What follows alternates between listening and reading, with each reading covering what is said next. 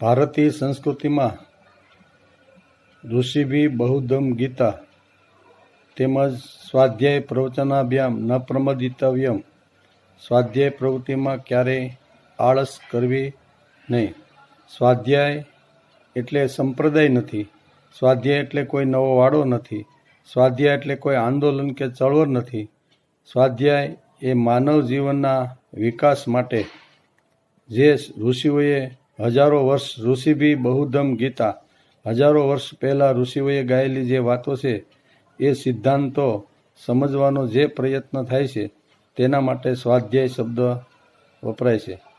સ્વાધ્યાયાનમાં પ્રમદ, સ્વાધ્યાયમાં ક્યારે આળસ કરવી નહીં. સ્વાધ્યાય એટલે સ્વ અધ્યયન. માણસે પોતે પોતાનું અધ્યયન, પોતે પોતાનો વિચાર કરવો જોઈએ. હું કોણ છું? ભગવાને મને માનવ શા માટે બનાવ્યો? માનવ બનાવ્યા પછી આટલી સરસ મજાની ઇન્દ્રિયો મને શા માટે આપી? આ બધી વાતો સમજવા માટે સ્વાધ્યાયની ખાસ જરૂર છે. તેથી ભારતીય સંસ્કૃતિમાં મહાન એવા ઋષિ, વેદવ્યાસ જેવા મહાન તપસ્વી, જ્ઞાની અને જે વૈભવની ટોચ ઉપર બેઠા છે એવા ઋષિઓ પણ આપણને અવારનવાર અનેક વાતો દ્વારા સમજાવવાનો પ્રયત્ન કરે છે. તેથી ભાગવતની અંદર ઘણી બધી વાતો એવી છે કે જે વેદવ્યાસે બહુ સરસ રીતે આપણે સમજાવી છે. ભાગવતના સ્કંદ 5મી અંદર વેદવ્યાસે ઋષભદેવનું ચરિત્ર લખ્યું છે અને ઋષભદેવ પ્રાતઃસ્મરણીય હતા. સુંદર મજાનું ચરિત્ર આ વેદવ્યાસે બહુ સરસ રીતે સમજાવ્યું છે. ઋષભદેવ પ્રાતઃસ્મરણીય અને આત્મતંત્ર છે, અનર્થ પરંપરા રહિત છે અને આનંદાનુભવ પર સ્વસ્થ છે. આટલી મોટી સંપત્તિ, આટલી મોટી સત્તા, આટલો મોટો વ્યવહાર હોવા છતાં પણ આનંદની ટોચ ઉપર એ જીવતા રહેલા છે. તો પણ ધાર્મિક અને લૌકિક જીવન વ્યવહાર કરતા રહેલા છે. એને ધાર્મિક અને લૌકિક જીવન વ્યવહાર ક્યારેય છોડ્યો નથી. સવારમાં ધાર્મિક એટલે પ્રભુની પાસે બેસી ચિત્તની શુદ્ધિ માટે રોજ 15-20 મિનિટ બેસી અને આવી રીતનું ધાર્મિક અને વ્યાવહારિક જીવન પણ કરતા રહેલા છે.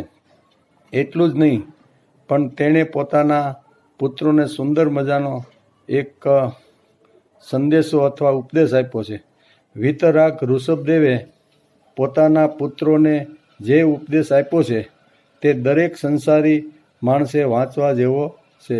સુંદર મજાની વાત વેદવ્યાસે અહીં ભાગવતના 5મા સ્કંધની અંદર ઋષભદેવના ચરિત્ર દ્વારા આપને સમજાવવાનો પ્રયત્ન કર્યો છે. ગમે તેટલા વૈભવની ટોચ ઉપર બેઠા હોય, ગમે તેટલી સત્તાના સૂત્રો માણસ સંભાળતો હોય અને ગમે તેટલી આવી રીતની એની પાસે હોય, પણ છતાં માણસે ધાર્મિક અને વ્યાવહારિક જે કામો છે એ ક્યારેય છોડવા જોઈએ નહીં.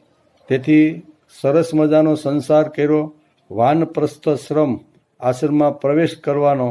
એ વખતે પોતાના દીકરાઓને, પોતાના છોકરાઓને ઋષભદેવ પાસે બોલાવી અને સુંદર મજાનો એને વાતો સમજાવે છે. સંસાર અને જીવન ચલાવવાનું હશે તો તેમાં કઈ કઈ વાતો જરૂરી છે તે વેદવ્યાસે ભાગવતના 5મા સ્કંદની અંદર ઋષભદેવના ચરિત્ર દ્વારા આપને સમજાવવાનો પ્રયત્ન કર્યો છે. આપણે છોકરાઓને ભણાવીએ છીએ, તેમને અંગ્રેજી આવડી ગયું અને સારામાં સારી નોકરી મળી ગઈ એટલે આપણું કામ પૂરું થયું એમ આપણે સમજીએ છીએ. આટલાથી પૂરતું નથી. જીવનમાં શું શું જરૂરી છે ઋષભદેવે સમજાવ્યું છે કે પ્રત્યેકના સંસારમાં